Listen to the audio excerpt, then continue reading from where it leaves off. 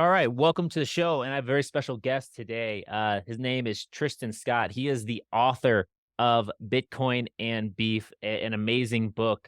So I'll let Tristan do some talking about your book and what you're passionate about. So welcome to the show, Tristan. Yeah, thanks for having me, Dylan. I think it's a long time coming. We've connected a bit on Twitter, so it's cool to see face to face a little bit and yeah, chat, get to know each other. Yeah, no, I'm happy you're on. And I think I actually first came across you because one of my strategies that I use on Twitter is I find someone that I like and that's posting stuff and tweeting stuff, or I don't know if it's Twitter anymore. I think it's X now, which is weird. Yeah, But X, that's right. so do they X stuff? Like, do they still call it tweeting? I, it, he changed it to like it actually just says like post now, so it Okay. doesn't say like tweet or like retweet. It says post and repost. I just noticed that the other day, so I don't know, man. It's hard to keep up with all this stuff, but Yeah. it's the Wild West.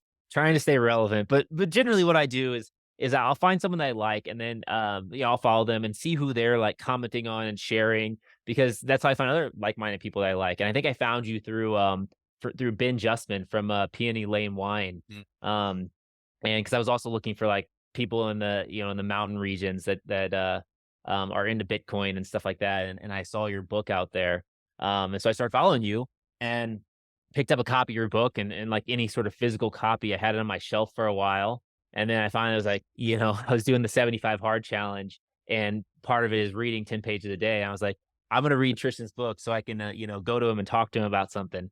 So I'm glad that I did. And reading your book, you have a very interesting background on how you came across Bitcoin and beef and how you kind of married those two topics. So you want to give a little insight on your background and kind of what brought you to Bitcoin and beef?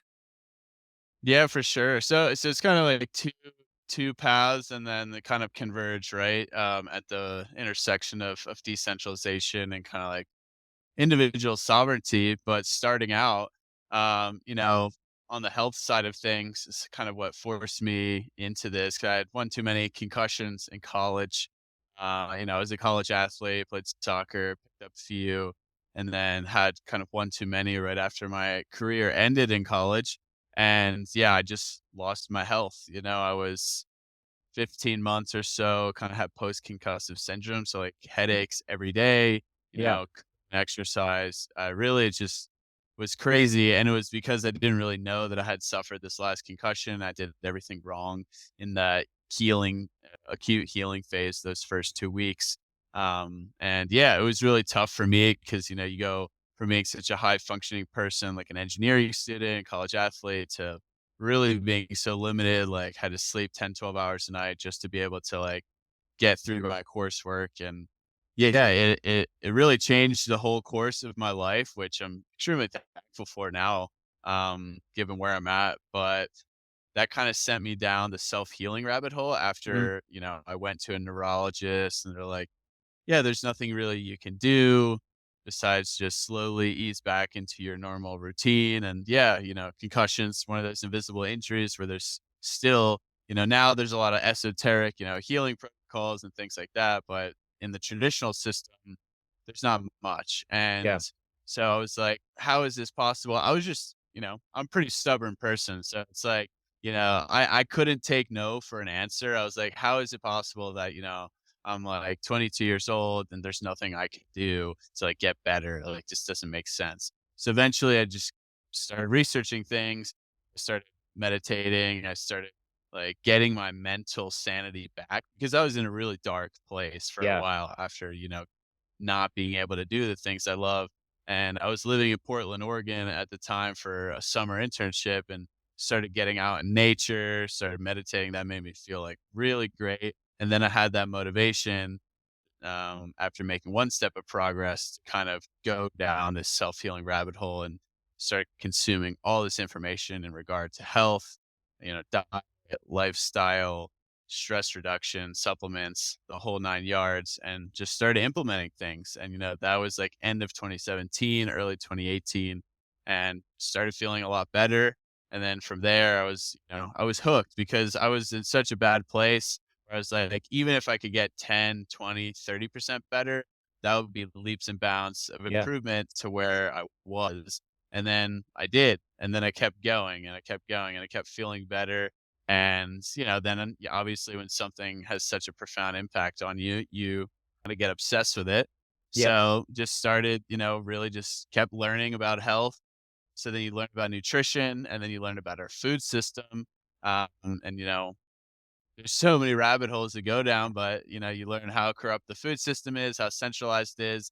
I got really into regenerative agriculture, and then I was, my sister's living in Wyoming, and I split like a half beef with her. Started connecting with, the rancher we got that from, and I was really, fascinated by that and meat, regenerative ag. So I read a ton about that, and that kind of just stemmed into, just passion, being really interested in supporting local producers, regenerative agriculture, because I was always really, passionate about the planet and the health of the planet. But I knew that like this whole like climate change thing was very nuanced, and, reading about red meat, Mhm. being demonized, it just didn't make sense to me. So a lot of that nuance was filled in through regenerative agriculture. So that was kind of like one side. And then, college, just being a tech student, I got into crypto in 2017. I actually bought a fake ID with Bitcoin in 2015. All Then I right. didn't like do anything with it for Pro 2 Probably years. the most I never expensive ID you ever bought. That's right. Yeah, it was yeah, it's bad, but I actually had some leftover Bitcoin from that transaction that I discovered in 2017. And then, I used that to probably buy a bunch of shit coins and lost that anyway. So I kind of learned the hard way for a couple of years, but I was like all in on decentralization, DeFi, whatever you want to call it. Thought it was really cool. Didn't really fully grasp um, how important it was until 2020 with, the macro kind of environment. And then I went full deep into Bitcoin only, why this is so important, how this is just accelerating, and now the stage is set for all these things to kind of play out.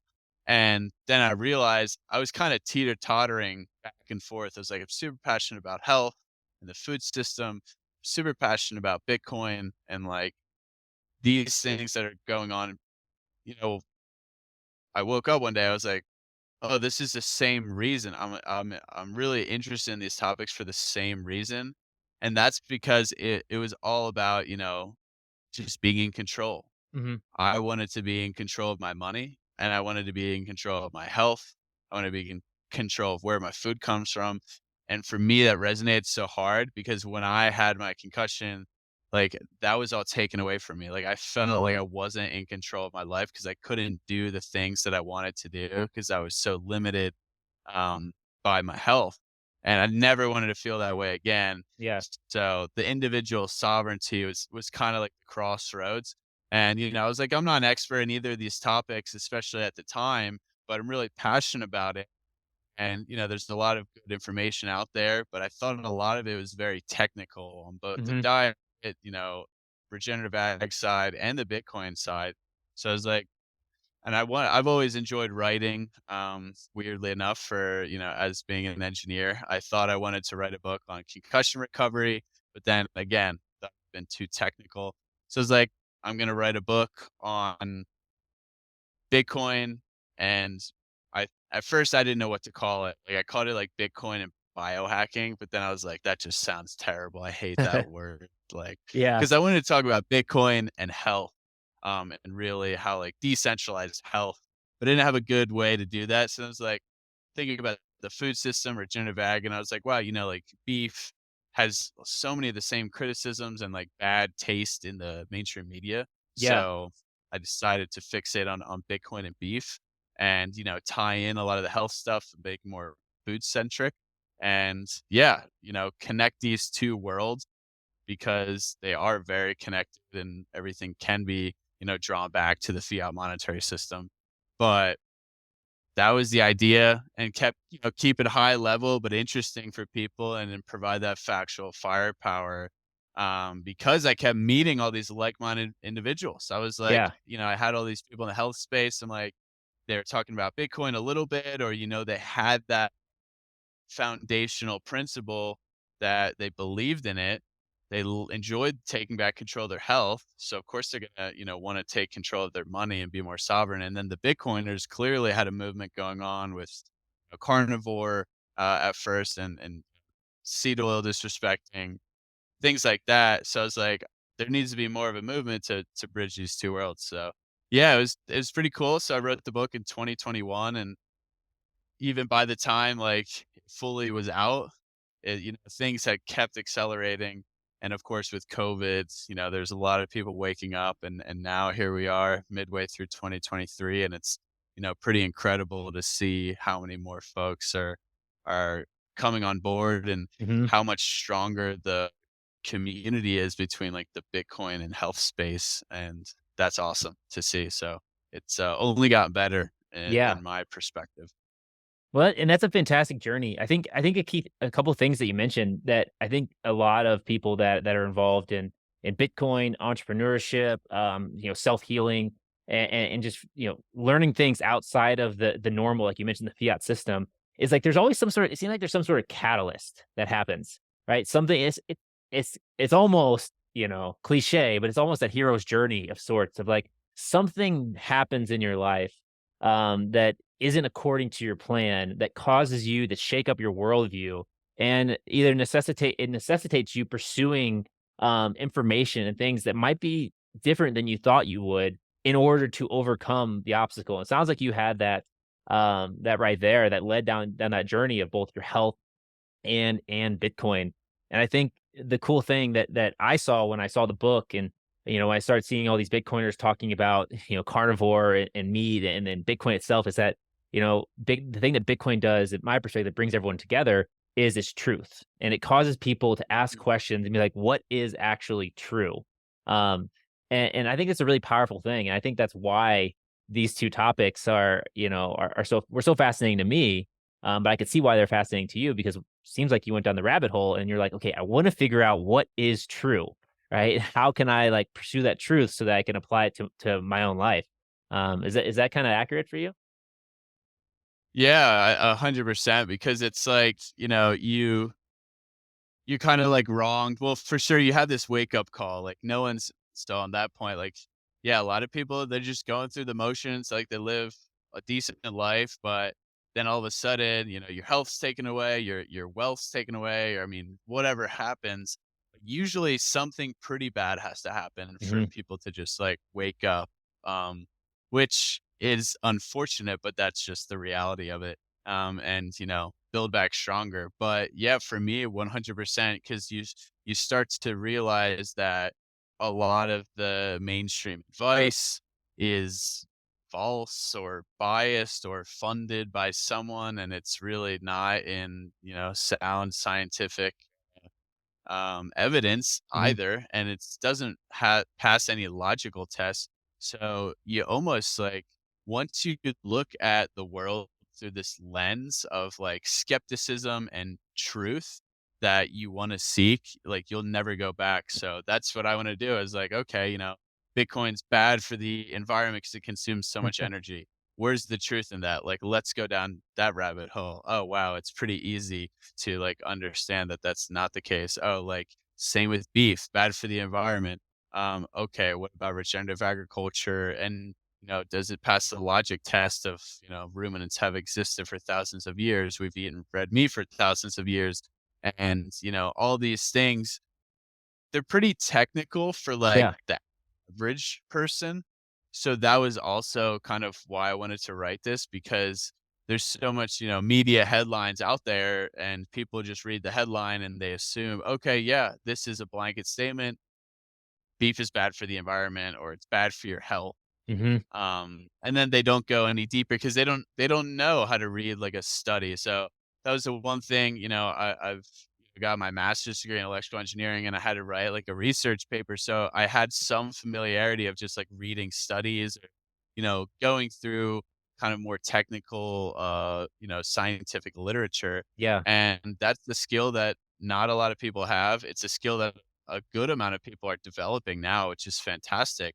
But you have to be able to find that nuance, and there is a spectrum for everything. Their Yeah. blanket statements are bullshit, and but that's not good journalism. That's not like how people like can market products well. That's just how it works. And yeah, everything resonates in truth, and for sure, Mhm. for Bitcoin and just the foundational principles of Bitcoin, like proof of work, like don't trust, verify, Yeah. finding that truth like resonates so heavily with me, and also just everything in the food and health systems. Oh, got a little feedback there. Um, Sorry, truck driving by. yeah, no worries. No, I think that's a good point that you bring up, the don't trust, verify, or trust but verify, and how it's so easy to weaponize just the nuance of even a scientific study, or fund a scientific study that needs to be nuanced, but fund it in a biased manner to where you can pump out a headline to support whatever marketing agenda that you have. And like, I don't think enough people, like, I have a background in marketing, and I don't think enough people realize that that is done on purpose, and that is done all the Mhm. time. And so many of the beliefs or ideas that you have, if you haven't questioned them, or like you said, if you haven't done the research, if you haven't verified for yourself, you might have this idea that's a pseudo truth just because it's benefits the company making that claim. And it seems like there's been a lot of companies, especially when I first heard about Bitcoin, and even like in the early, so I first heard about it like 2013-ish. And also at that time, there was a big push for that was a big push for the meat is bad, right? A lot of the Netflix documentaries about meat being bad and veganism being the way basically were starting to come out that I noticed around that time. It started like seeing that trends happening. Um and it was easy to believe those, and at certain periods of time, I believed it. But then and when I look back, the only reason I really believed that was because I didn't actually do my own research. I just took whatever was said by whatever, mainstream entity as at face value because it was easy to do. Um, and that led me astray for a period of time. But like you said, it does take a little bit of work, right? To go out on your own and question the narratives. Um, and that's something you did. So how do you think, like, for the average person, how do they get that mindset of questioning things and then doing the work to verify if the things that they think are true are actually true? Yeah, I mean, that's a good point, and it's tough, right? Because, like, there are and it depends on, what sort of environment, community you're in, because like, the norms could be, a variety, but you get these, like, societal norms, and then anything that's questioning those, especially now, it's, like, painted in conspiracy, it's Mm. painted in, like, a bad thing, or you're, like, a bad person. So for me, I think the best way to think about anything at first is logic. Like, does this logically make Mm. sense? Does a cow eating grass on a pasture make sense that that is the most detrimental effect on the health of the planet, when you can clearly think of, all the other pollutants, transportation costs, like things like that. Like, to me, you just need to step back for a second and just think logically, what is the context, have these things been going on for like a long period of time? Yeah. Is there the like ancestral history to this before modern technology? And yeah, that I think that can help paint a picture for people without even having to really do any deep research. And then you can go find it, because the problem is, depending on like the keywords that you try and research, it might come up with, different perspectives and different articles. And yeah, Mhm. there's plenty of research out there that'll say, like red meat is terrible, saturated fat is terrible for like, cardiovascular disease and things like that. So you could really be pushed either way. And then what's your source? But I think really my biggest recommendation is just like first take a step back and try and like pass the logic test. And then whatever your bias is, like try and poke holes in your own argument. Like, does it even make sense? Or go talk to someone. Like, if you're a carnivore, like go talk to a vegan and just see like where the sticking points are, and do you feel confident in like defending your stance with, some proof, and are they gonna, have an open mind, because they might make you think about things in a different perspective. Mhm. So, and that's why it's important to not be dogmatic. And that's the biggest problem I see with I see it with Bitcoiners, I see with, Yeah. carnivores too. Like, it's just another camp. Like, you're my team, we're on the winning team, we're right. Like, that's like the wrong way to think of it. That's how we got in this mess in the first place. Like, don't Yeah. be just a sheep, a team follower. Like, have these principal foundations of like why you believe in something, and go and put in that proof of work to show that that's why you believe in it, and have differences in opinion and Yeah. respect other people's differences in opinion, because everyone's context is different. There's no optimal diet. Where do you live? What's your background? What's your heritage? What grows in your local environment? You know, money is a little different, and Bitcoin, of course, but still, like, the foundational principles needs to be there without the dogma. Yeah. Well, and I think, like, that's the trap of being a human is it's kinda comforting and nice when you, quote, "find your team," right? When you Yep. find your group, because I think, there's some benefits to that because it allows you to kinda turn off your, like, your thinking, because 'cause you're like, "The team has done the thinking for me." Like, just being here, I can just align with what the group is, and we can all align, and there's power in numbers in that, and so there's some benefits there, but there's also you run the risk of, you know, getting behind a vision, a mission, or set of ideas that um, might seem fun in the short term, but might kind of lead you off a cliff in the long term, or might just be a dead end over time. And so that was an interesting point you brought up. But it's so true. You always have to, if you find yourself with your head down with the crowd, it's always good to pick your head up every so often and make sure you verify. I think that's the difference between, like, just the phrase sheeple is used a lot Yeah. today. But the difference between, like, you have these independent thinkers, these people that become leaders, or people that become innovators, because they do pick their head up and they do look around. They're like, wait, this isn't right. This isn't quite where we should be. What's going on? They ask those questions, and then they produce stuff, which is exactly what you did. And I love that about this book. And so, just like one final question on the book, because there's so much that can be gotten into. I want to make sure we cover some other topics on stuff that about you and what you're working on. But um, what would you what would you recommend, or how would you recommend someone who has a similar mindset of pursuing the truth, or has a passion about things that they want to share? Well, how would you recommend them going about writing a book, or would you recommend them going about writing a book?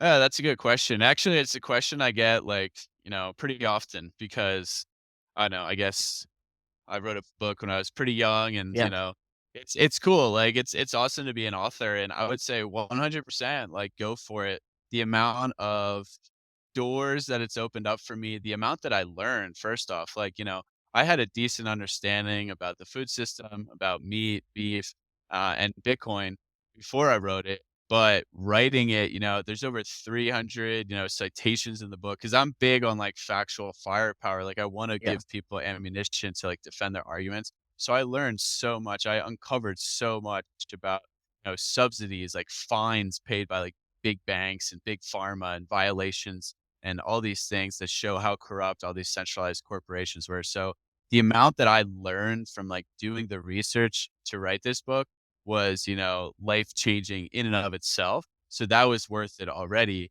And then, the amount of doors it's opened for me has been, profound. That's why I got on Twitter. It was only about 14 months ago that I actually got on Twitter.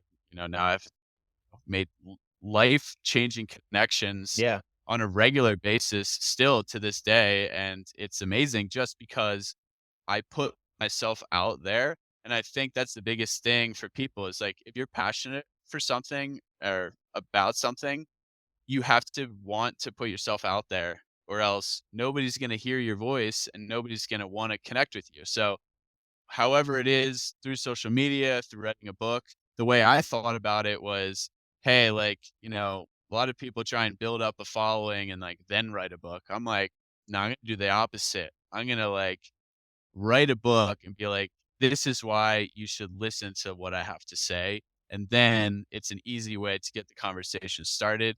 And then I'm just going to build from there. And I'm really glad I did that, because it's really enjoyable. And, the goal of the book is not to make money or anything, it's to make connections and learn and educate as Mhm. many people as, are willing to read it. But it's a pretty easy process to do.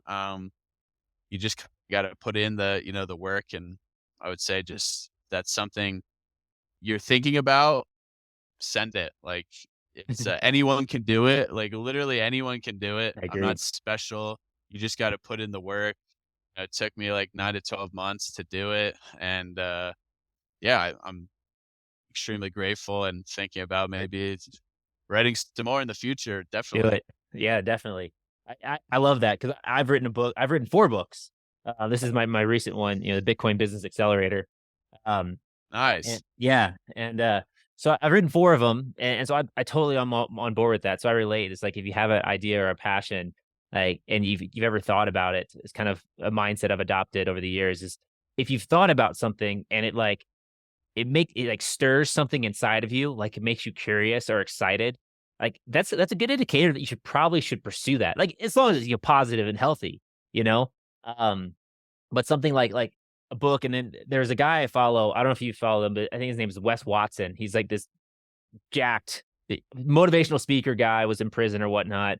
But one of the things that he said that I think was cool was he's like, look, one problem that people have is their ego gets in the way. And your ego is getting in the way when you have an idea, you're passionate about something, and say you record that video and then you don't post it. And are you want to like share your thoughts, but you don't. And he's like, your ego's getting in the way in that situation because it's afraid it'll get hurt if you put it out there and say something. And you're being selfish in when by doing that. And so by actually pursuing it and putting it out there and putting yourself out there, right, you're being selfless. You're giving other people a chance to learn from you, but you're also giving yourself a chance to learn and grow, versus just hiding away. And that was a very cool thing. I think that's something that you have to overcome because when writing a book, because it's a big thing, right? And you think like it needs to be perfect or you need to know everything, but the truth is that you don't. Um, you can always learn throughout the process. Yeah, I mean, dissolving your ego and dissolving the ability to not care, not give a fuck about what people think about you is probably the most important thing. Like, I mean, if you want to be outside of the norms, if you want to be healthier than the majority of the population, sorry, it's massive trucks going Yeah, by. that's all right. Yeah, you're Um, good. like if you want to be healthier than the average person in America, which or in the world, Yeah. which is not saying much nowadays, if you want to, you know, be wealthier than the average person, like you have to do things that are the average person is think that you're crazy. Like if you're not, and there's all these sayings, like if your close friends and family you grew up with don't think you're insane, don't think you're weird, then you're not going to be like far out enough to really be striving for greatness and like having the most optimal life. And I think that's true. Unfortunately, that's the case, but you really have to dissolve your ego in order to see the whole world from Mhm. a different perspective. And that goes the same with like, writing a book or putting yourself out there. Cause if you're just so concerned about what people think about you, you're never going to resonate with the truth, and people are kind of going to be like it's just going to be apprehensive, and that's not what people resonate with. They Yeah. resonate with authenticity, they resonate with like being real, and yeah, it's real. That's the hardest part, I would say. It's Yeah. important. Yeah, no, I think that's a good point, and I'm gonna transition into lifestyle and like you walking the walk because you've talked the talk in the book, and that like that's one of the cool things that I've learned from following you is you actually do a lot of the things and embody a lot of the principles that you've talked about in this book, which is fantastic. And I think you mentioned is being above average, and people talk about that. And there's another guy, I think his name's like I don't know, I don't know if he coined the term, but I've heard it from Ryan Stewman. He used to be like the hardcore closer guy, but he's like average is the enemy. And there's like, and it's true. And so if you look at it from a perspective as a guy, so if you're a guy listening to this, especially if you're a young single guy with ambition, um, one stat I've heard is that women in general find 80% of men unattractive. And on dating apps, I know this is out there, but it's gonna be relevant. On dating apps, they only swipe right on like the top 5% of men on those dating apps, right? And what does that tell you? It tells you you can't just be above average. You can't just do like slightly different than average and be like, all right, so like, I'm just above average, so I'm good. No, you're not. You still blend in. You still don't stand out. Like you have to be out there, like you mentioned. You have to really put yourself out there, and it's not like do things crazy, but you gotta like do things with a passion that's really set yourself apart and make yourself unique. And this applies to, I mean, obviously dating, but it applies to your life. And because if you just go above average, that force of average will pull you towards it. It's a hard force to get to escape from. But if you really push to be above average and your goal is to be, exceptional, even if you fall a little bit short, it's like the class saying if you shoot for the stars and you fall a little bit short, you're still in the stars, right? Or whatever that saying is. But um, I think that's incredibly important to realize, and it's like you really have to aim for excellence in all areas because that will give you enough momentum and force to pull you away, so you stand out from that crowd, so you can create those connections in your personal life, right? For yourself, in business and in anywhere, because people will talk about you because you're different and you're unique, and you give them something to think about. And of course, there'll be people that talk about you in a negative manner, which happens inevitably, and there'll be people that talk to you about you in a positive manner because they're impressed and they value what you've done. Um, and so with that said, I want you to tell me a little bit about how you've embodied some of the principles in Bitcoin and beef for your lifestyle. Because I've seen you like, do rucking challenges, like cold plunges, going outside in the winter with like, basically no clothes on. So tell me about that, how you set yourself apart and you've like done these things to make yourself not average.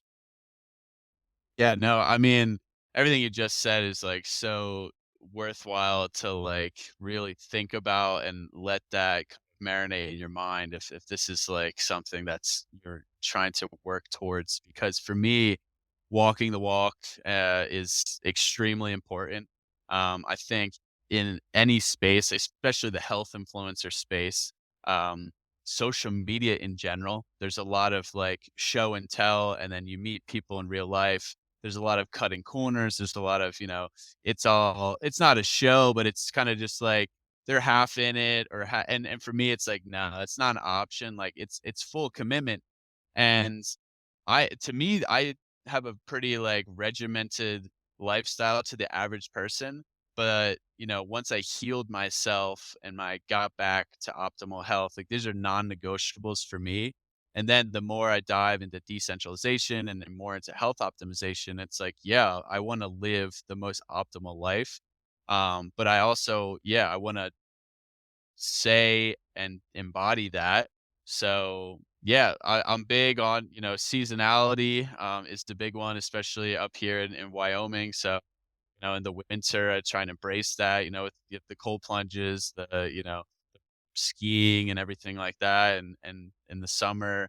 And in general, it's just proof of work, right? It's like putting in the work, uh, to show that you're what you talk about. And I mean, to me, it's not even like a big deal. I just like doing the things that I love to do. Okay. And I want to be like outside the system, right? So I'm like working towards just becoming more decentralized, like on all fronts. And for me, I lived in Salt Lake City the past 3, 4 years to ski, and I loved it, but I can't live in a city anymore. I don't want to live in a city. Yeah. So I'm back full time in Wyoming. I'm looking for lands. Like I want to have more sovereignty. Um, what I embody probably the most that I talk about in the book is just buying food locally and supporting local producers. And that to me is extremely important because everyone wants to talk about decentralization. Everyone wants to talk about sovereignty, building, the local community and everything. It's really hard to do that in 2023. Like, what are you gonna do? Buy, a laptop or an iPhone from a small company? Like, it's or a phone from it's Yeah. really hard. Like, you can't, supporting small businesses, the easiest way to do that is through food, and that's, the thing you probably spend the most money on, or at least you have the most frequent transactions with. So I always tell people, it's like, if you wanna make a difference in your local community, start buying food locally as much Mhm. as you possibly can. Go to the farmer's market and connect with these people. Like, don't just go to the farmer's market, buy two things and leave. Like, go to the farmer's market, start asking the producers questions. Like, that's the value of going to the farmer's market is that you can go ask them. You go to the Whole Foods, you can't ask the Whole Foods employee No. how these tomatoes were grown, or what they sprayed this with, or how they rotated the cattle from this beef. They don't know the answer. But if you go to the farmer's market, you can ask all these questions, free of charge. And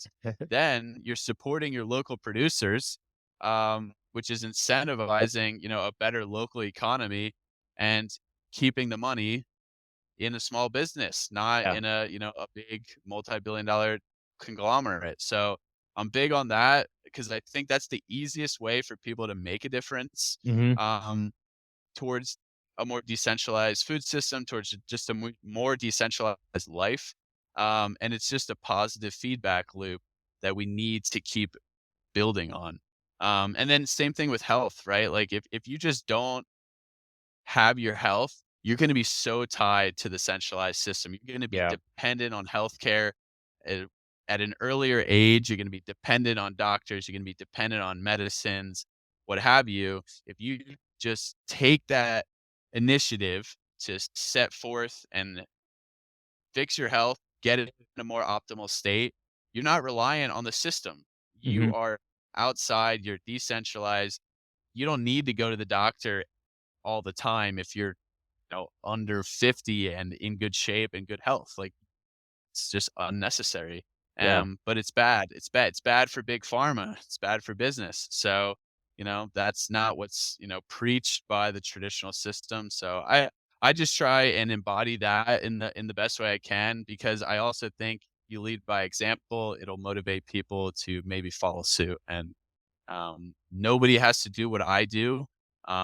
Sometimes I do some crazy shit, but to me, it's like I love doing this. I'm extremely passionate about it, and to me, the biggest aspect of health is just being more in line with nature. We're beings of the earth, so I'm big on just being outdoors as much as I Mhm. possibly can, and that's something I'm continuously working on to improve in a modern lifestyle. It's the biggest struggle, but that's really important to me because I see a lot of health influencers. I see a lot of these folks that, they act like there's a whole primal movement, but they live in like a big city and, Yeah. have all these modern conveniences. It's like so hypocritical. And that's like the last thing that I want to be. So I'm not perfect and it's not about perfection, but it's just picking your battles, striving for improvement because consistent improvement compounds in a Yep. few years, you'll be in a place, I've been working on this for 5 years. So it's incredible how that consistent improvement can compound. And you can look back and be like, wow, you know, the stuff I'm doing today is incredible compared to like 3, 4, 5 years ago. Yeah. Yeah, I think that's a good point. It's amazing, the what is the was it Einstein or someone said there's no force more powerful than compound interest, right? It's like the most powerful, and it's true. It's like these little things that you do consistently, especially as it relates to your health. Um, because I dabble in that kind of, fitness and health, influencer, space. I make videos here and then, about it. But I think it's so important because with your health, if you don't have your health, you don't have anything. And, Mm, your health can be taken from you in an instant. And, you don't, and you can be the healthiest person in the world and something can happen. And boom, right? Everything changes. But I think what you mentioned is that consistent effort. What that does is that builds discipline and mindset so that it doesn't really matter where you're at or what situation you're in. You know how to move out of that to a place where you want to be. I think that's really important in fostering that because you kind of mentioned that like you were in the city, and then you started going through this process and you realize that, the city wasn't a place for you and that you were able to then move out away from that to be in more alignment of how you wanted to live. Which I think that is a fantastic thing. I think for a lot of people listening, that's a good mindset to embody is like, how can you get from where are at now to where you want to be and what like little steps can you take to get there? Because it doesn't have to be these big necessarily leaps. Um, I think that's important. And so just back to you talking about the city.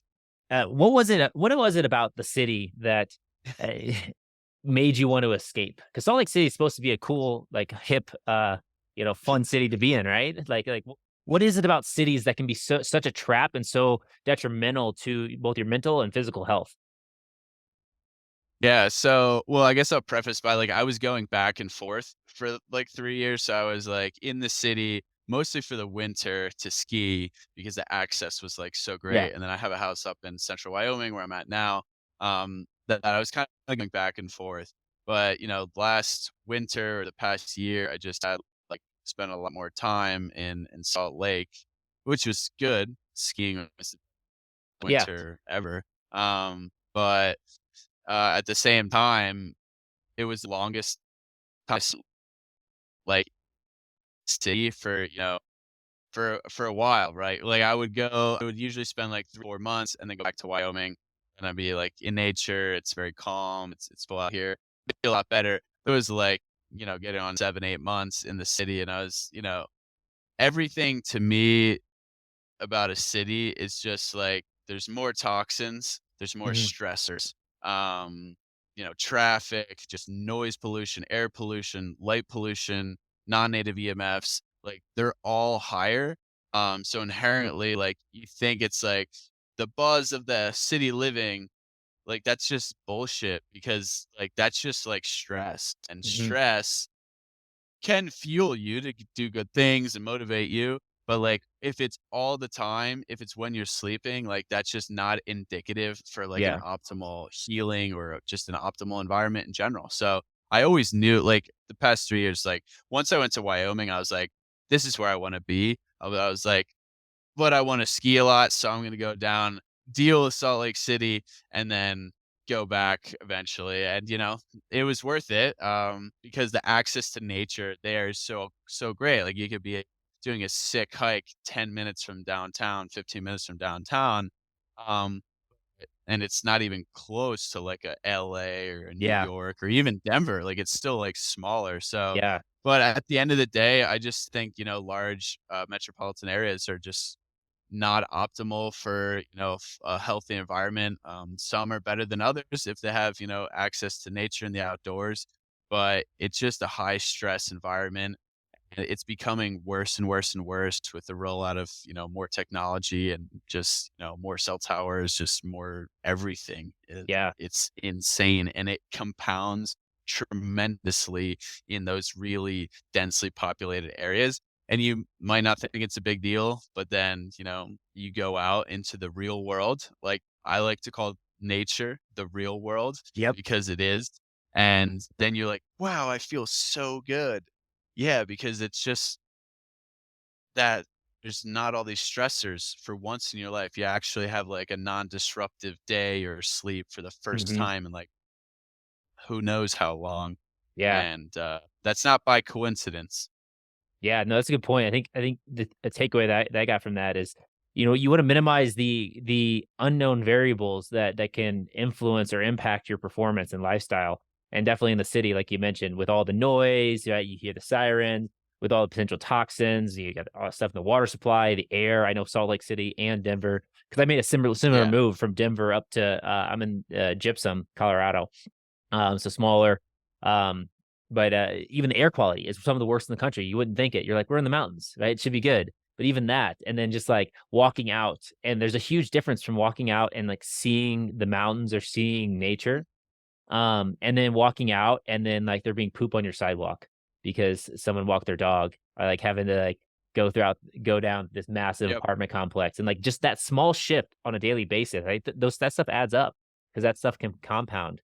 And so I think it's always good and refreshing to get in touch with nature. And I think people need it more than they think they do.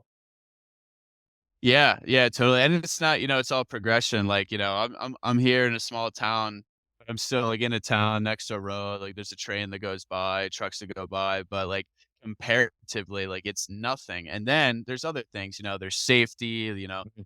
every city, I mean, like homelessness and just crime is going up, right? Because Yeah, there's there's a bigger divide due to the wealth gap and inflation. It's not great, and it's only going to get worse. But the freedom you have in a more rural area, and also the sense of community you have, yeah, is so much more powerful. And just the ability for you to just make a difference and an impact on the community is much higher, and you can really make some just great friendships with your neighbors. In the city, I'm not gonna lie, like you said before, value something really heavily, and that's people being unique. Um, when I was in Salt Lake, I would go to like the rock climbing gym, just like work out, and I started mhm, getting into rock climbing. It's like every person I met was the same fucking person. Like they were the same person. I yeah, swear they all had a mustache and they all talked the same, looked the same. 'cause, yeah, they were passionate about something, but, like, they were not unique in the slightest bit, and I feel like in cities that just happens, because all these people come together and they do whatever, and that's their thing, but they're not really, like, unique. They're all just, like, have the same hobby, and Yeah, it's that's just a that. They're a in that carbon field. copy of each other. It's insane, and that's what, to me, is, like, the biggest turnoff to people. Is like, I wanna be friends with people from diverse backgrounds, diverse experiences, like, they're into, and it doesn't have to be in a certain, group or anything. Like, it's funny to meet just crazy people, like a vegan who's, like, super right wing. Like, Yeah. that to me is like, wow. Like, I love that because it's like, you don't give a shit what anyone else thinks. You're just like, "Yeah, this is what I'm doing, but I have these values, but for me, this is important, and that's what I'm doing." And, that's what I really value, and I think you get a lot of that out in rural America, so I think it's pretty cool. Yeah, I think you're spot on there. You're much more likely because, it's easy. Like, again, it's average pulls everyone in towards it. And so cities are these gravitational centers that pull people towards it. And then you can get that carbon copy of people that are similar enough and they're all doing the same thing and they haven't used they haven't like I guess had escape velocity, right? So like leaving the city immediately sets you apart. It's like, why did that person leave the city? Like, you could be one of those people that look like everyone else with that mustache, the long hair, the flannel, the rock climber. But as soon as you go from the city to a smaller town, like you've now done something different, right? You've now like went beyond average. I'm not saying like you have to do that, but that kind of concept makes a lot of sense. And you're right, you can have a bigger impact on your community. I know here where I'm at, like, I know some of my neighbors, and like, just it's nice just knowing that like I don't have to worry about my house being broken into every single day when I leave it, right? It's not a thought in Yeah. my mind, and, like, I know my neighbor, he loves the Second Amendment. So, like, there's people around that care and will have your back, in any sort of, like, situation. I mean, just even last year, there was a huge fire that happened, next to my neighborhood, and it almost wiped out the whole neighborhood. We had to evacuate and everything, but just seeing the community and people around and also how, like, quickly and easily people were able to mobilize, like, that was pretty cool to see that kinda stuff, and you don't necessarily get that in the Yeah, city. and yeah, and it's like this, well, it's interesting, right? Because it's like you're taking, like, a leap of faith by, like, even just moving somewhere different, like, so many, I mean, all these people, I grew up with on the East Coast and things like that, like, they're all just planted, Yep. right, where they grew up, because it's like a sense of comfort, and it's, moving somewhere different is like a big leap of faith. But, out west here, it's more common to move around, but then it's like, yeah, I'm just gonna flock to Denver, Seattle, Salt Lake, because it's like a big city. Oh, it's comfortable. There's a lot of young people my age, but it really takes a leap of faith, I think, to just move out somewhere where that's not the case. And people just find comfort in cities because they think there's all these modern conveniences that they need to have. And yeah, but to me it's like the opposite. It's funny. It's like, yeah, it's probably less safe, and actually there'll probably be people that have your back more if Mhm. you just put yourself out there in the community. But then again, it comes back to that, like, you have to be a good neighbor to have the support of your neighbor. So you have to be willing to be a part of something, and not just doing your own thing. And it's really powerful, and it's fun because now, I mean, the people I hang out with on a daily basis here in Wyoming is like all people that I've met in the past like year, and they're incredible people and a lot of the same values. And that just goes to show you, at any age, like, you can make new friends and new community. It's not restrictive, and you don't need to, like, worry about that, if you're willing to put yourself out there. Yeah. Now, I am curious, how are you gonna ski this winter? Where's your ski resort? Do you have one that's close to you? So that's the variable. And the good thing is a lot of my friends still live in Salt Lake City. I could go to Jackson, like 3-hour drive, but Okay. we'll see. It's a TBD, man. I'm gonna be watching the weather forecast, the the 10-day, and see when the storms roll in, and that might dictate, where I go. But I had so much fun last season that I'm like, it's okay. I'm not gonna supersede that. I don't think it's possible. 50 days of like fresh powder. Yeah. So, it is what it is, and, we'll see, but, I have the flexibility. There's a small resort, like, an hour away from here, and, That's not bad. yeah, if I wanna go to Jackson for a couple trips, I could do that, which not terrible either. If I wanna bop down, see you guys in Colorado, could do Yeah. that, that's, what's fun about having a lot of friends that also like to ski and are in the outdoors. Yeah, that'd be fun doing I think, I've tossed the idea around, with Ben a few times when I've talked to him, but doing some sort of Bitcoin event out here in Colorado just for, like, the Bitcoin people that are doing cool stuff, that like the mountains and like skiing, and just do some sort of, like, fun weekend. Not fancy, not bougie or anything like that, just go Yeah. out, connect, have fun, ski the POW, ski the trees, just have a good time. I think that'd be a fun little, event to do. But, Yeah, we um totally should. I mean, let me know. I'll be down. cool, cool. So we talked a lot about lifestyle, and the final thing I wanna talk about before we wrap this up is, I know you started working, so you have your book, and I know you launched a podcast. So, like, what are you, most excited about going into this, because we are gonna talk some about a little bit about Bitcoin, but going into this Bitcoin bull run, because 'cause we've been in this bear market, so I know a lot of the attention on the space, from the outside has kinda slowed, which is normal, but we're gearing up for this, could be the bull run of bull runs, and it's coming up here soon. So, what are you working on, and what are you excited about, in the next couple years? Yeah, that's a good question. I mean, I'm excited about, yeah, the podcast I have with my buddy Ryan is, Decentralized Radio is what we called it. So I'm excited to continue to put out education out there for people because I think it's really important. And I'm probably most excited about just the people that the bull run brings our way. And even though 70 to 80% of those people are only going to be around for the bull market aspect of it and probably just to make money and what have you, you know, 10 to 20% might get the values and of course, be a long-term Bitcoiner then, which is fantastic. So um, I don't know if it'll be the bull run of all bull runs, like the macro world. To me, right now, it's just like an exciting time. There's so much like uncertainty. You hear these experts like, we've never been less confident on what's going to happen in the next 3 years. To me, that's exciting. Why is it exciting? Because I've put in, the work to like set up my life to be, I have Bitcoin. I'm living out in Wyoming. I have my health and I'm working towards just even becoming more decentralized. I Yeah. have food producers who no matter if the grocery stores are empty, I haven't bought meat from a grocery store in forever. Like, I don't care. It's not my problem. I'm hunting, like I'm Yeah. going out and putting in the work. So, like for me, I don't want the world to collapse. And I know a lot of Bitcoiners, that's what I'm saying. Like the bull run of all bull runs, that could be good, but it could also be bad. There could be more chaos in the world. And I don't want that either. But I'm prepared. I'm feeling very confident, but I'm also feeling very optimistic. That's really, I would say, how I'm feeling.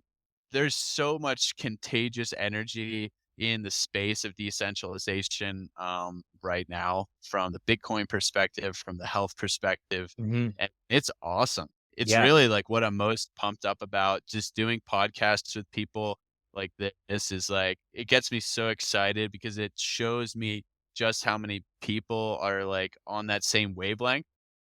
But then Yeah. we are still small, but we're rapidly expanding our reach and more people I think are just gonna come over. And that's probably what I'm most excited. And yeah, just continuing to put out like good education and resonating more with people that I haven't met yet. No, I think that's fantastic. I mean, you hit on something, like, there was definitely an energy to the space. Yeah, I sound like it drew me into it, and, like, it's grabbed me. In the Bitcoin space, and then in the health space. It seems like just so many more people are focusing on this stuff, and it's almost like, and even if it's not like a large percentage, it's still, it seems like an increasing percentage, and so it seems almost like a mass Mhm. awakening that's happening. And, you start getting these conversations, and you talk about, like, the problems with the mass, the mass industrial farming industries, the mass industrial, like, meat industries, and then you talk about, all the different chemicals and additives in foods, and people are like, "Yeah, I try to avoid that."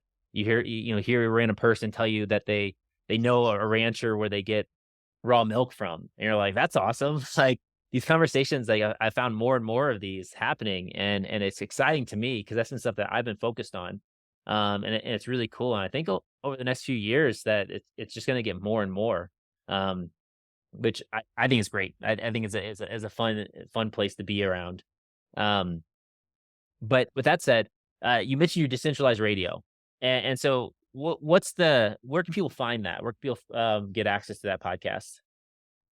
Yeah, pretty much anywhere. Like we're on YouTube, we're on Spotify, Apple, we're on Fountain for Bitcoin streaming sats, and Instagram as well. We post some clips, and yeah, it's a big focus because it's again, there's a lot of Bitcoin podcasts out there. There's a lot of Mhm, health podcasts out there. There's homesteading podcasts. I mean, there's hunting podcasts. I want to talk about it all. I just want to talk about shit that I'm interested in, which is anything that's empowering for individuals to like decentralize their life. And for me, that's health optimization, that's homesteading, hunting, that's of course Bitcoin, and anything in between. That's just things that I find fascinating because education at the end of the day is empowering, but I'm not gonna tell you how to live your life. I just wanna make sure you have access to this, and then everyone's situation is different. You can use mhm. that to, apply that to your own situation. Yeah, no, and that's exactly right. It's like, yeah, you can't tell people how to live their life, but you can just passionately talk about the things that you like and the things that you're doing and found that have worked for you. And that's I think that's extremely helpful for a lot of people because when that resonates, it's nice knowing that those resources are there. And I love the idea for your decentralized podcast. I think that's um it's necessary. And like I'm like, I need to tune into that more as well. Because I think you're spot on, and you mentioned it many times in this conversation, just becoming decentralized, right? And I think the whole idea is becoming self-sovereign, right? Understanding what you want and need for your own individual, desires and goals, and taking the actions and taking the steps to make that happen, so that you're not just completely dependent on something or someone else or some, system that doesn't necessarily have your best interest in mind. I think that's a really powerful idea.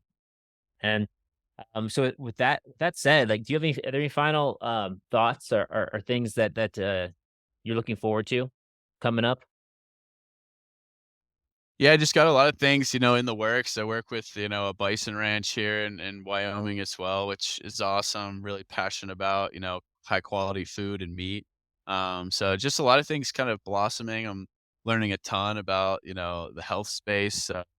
There's a lot of overlap happening with, my electrical engineering degree and health now because it's turns out we're, electrical, electromagnetic beings. And Yeah. there's a lot more to come in that regard. Yeah. And it's awesome to just be on like the cutting edge or like the frontier of health, of finance, of, what's happening in the world. And a lot of these trad systems, they're just 5, 10, to even 20 years behind. And Hmm. that's how I know, Marty Bent, people like, they're just like, we know we're gonna win. Yeah. And like, I know that too, because the passion and like the amount of folks in our space that are just like, they're even ahead of the science is, remarkable. And there's so many people like with boots on the ground putting in that work. So it's really just exciting to see that. And yeah, there's a big shift happening in my personal life as well, and in terms of like where I'm spending most of my time and just having all these side projects and putting a lot of energy into all of it, and it's really just fun. So Yeah. this all started because I wrote a book, and here we are 2 years later. Yeah, which is fantastic. So if you're listening, write that book and check out Tristan's Bitcoin and Beef. I'll hold that up again. And you mentioned you work for a bison ranch. Can people contact you to be able to get bison if they want? 100%, yeah, and I could send you the link. It's called Falls Family Ranches. So we have a website up and running. We'll ship to, the lower 48, little bison boxes. If you're interested in like bulk orders as well and you're local to the Rocky Mountains, could arrange that. But a lot more coming in that regard. And yeah, it's I have a code as well that it's Yeah. Tristan 10 for 10% off your first order, or you could just contact me on Twitter. So I'm at Bitcoin N underscore beef on Twitter, and that's probably where you find me the most often. Awesome, awesome, and I'll link all that below. I'll link all that below in the comments so you guys can get access to that. So, thank you so much, Tristan. This was a fantastic conversation. Definitely got me excited for the future, and I'll probably be ordering some bison from you soon because I'm all about that. I need to buy one. I saw freezers were on sale at Costco, those big ones. So I need to get one of those, stick it in my Gotta get garage, and freezer. just Yeah. fill it with meat. Well, thank you very much. And then, guys, you can reach Tristan below, and don't forget to check out his book as well. And I'll catch you in the next one. All right. Thanks, Dylan. It's a pleasure.